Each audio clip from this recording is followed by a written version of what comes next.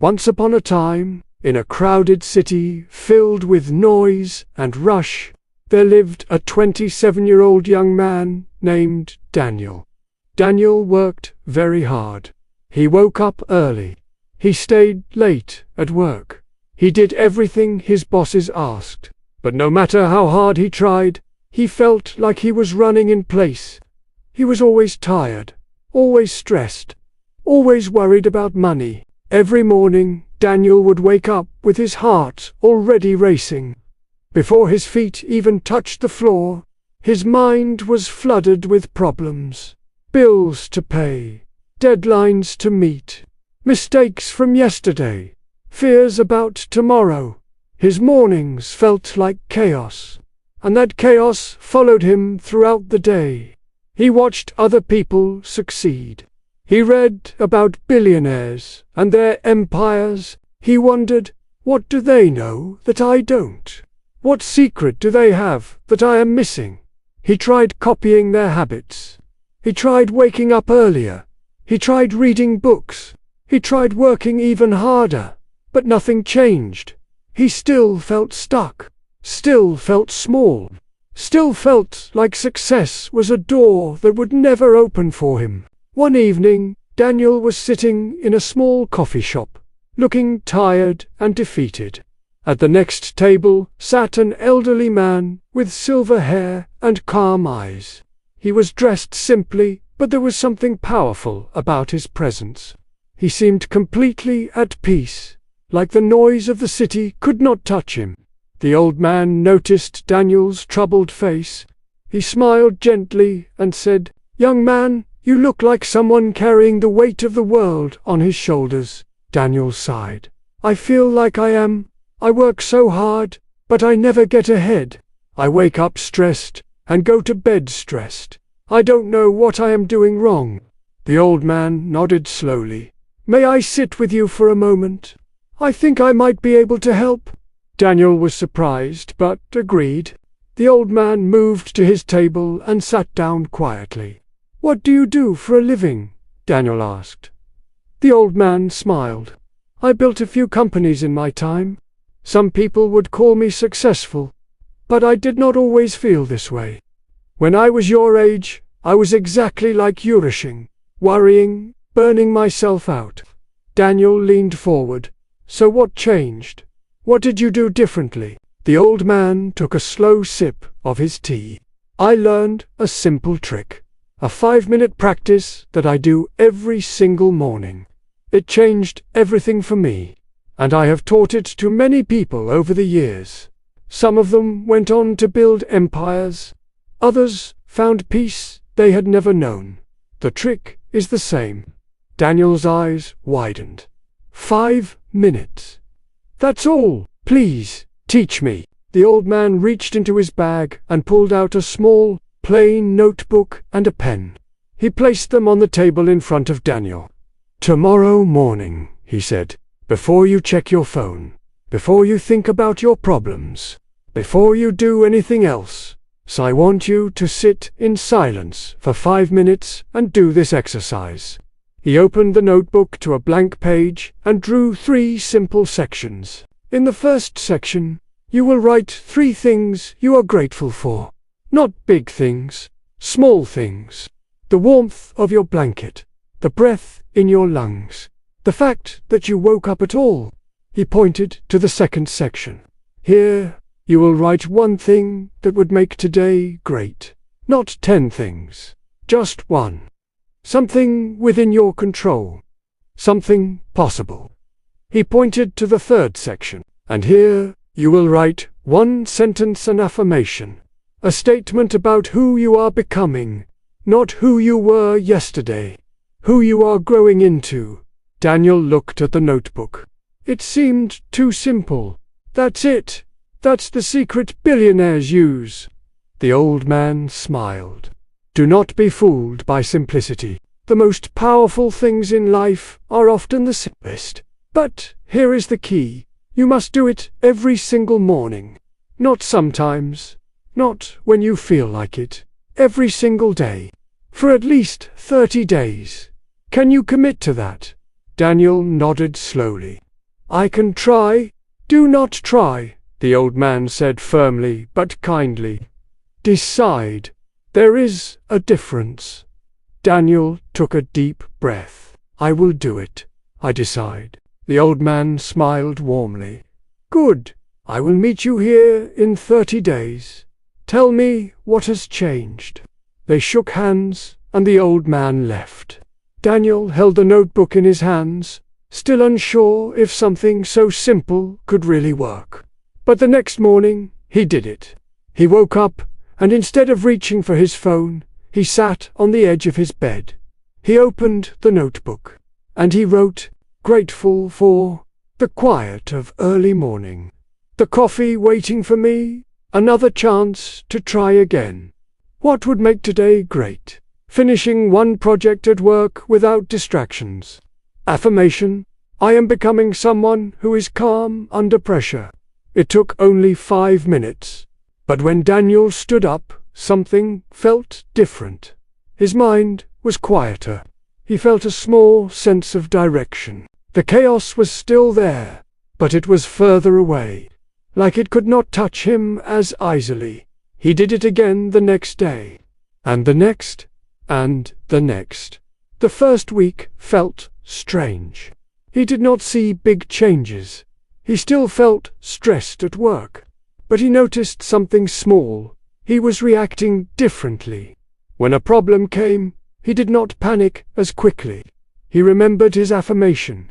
I am becoming someone who is calm under pressure.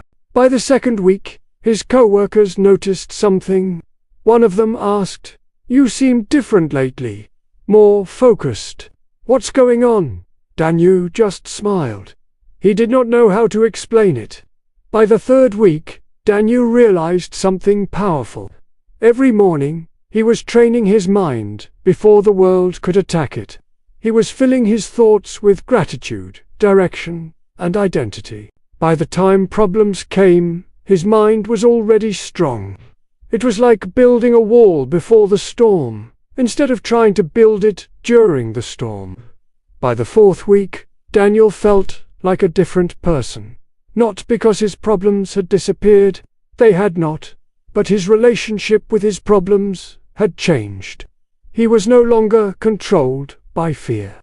He had a center, a calm place inside that the chaos could not destroy. On the 30th day, Daniel returned to the coffee shop. The old man was already there, sipping tea as if he had never left. Daniel sat down with a smile on his face. It worked. I do not understand how, but it worked. The old man chuckled. Tell me what you noticed. Daniel opened his notebook, now filled with 30 pages of entries. At first, I thought it was too simple. I did not believe 5 minutes could change anything. But I did it anyway. And slowly, I started to feel different. Less anxious, more clear. It was like I was taking control of my mind before my mind could take control of me. The old man nodded proudly. That is exactly right. You see, most people wake up and immediately let the world pour into their minds. Phones, news, problems, worries. Their first thoughts are not their own, they are reactions to the outside world. This makes them feel powerless, anxious, overwhelmed. He leaned forward. But when you take just 5 minutes to fill your mind with gratitude, intention, and identity, you are programming yourself before the world can. You are telling your brain what to focus on. You are building strength before the battle begins. Daniel looked down at his notebook. So this is what successful people do. The old man smiled. Many of them. Not all. But the ones who stay successful, the ones who do not burn out, they understand something important. Success does not start with action. Success starts in the mind, and the mind must be trained every single day.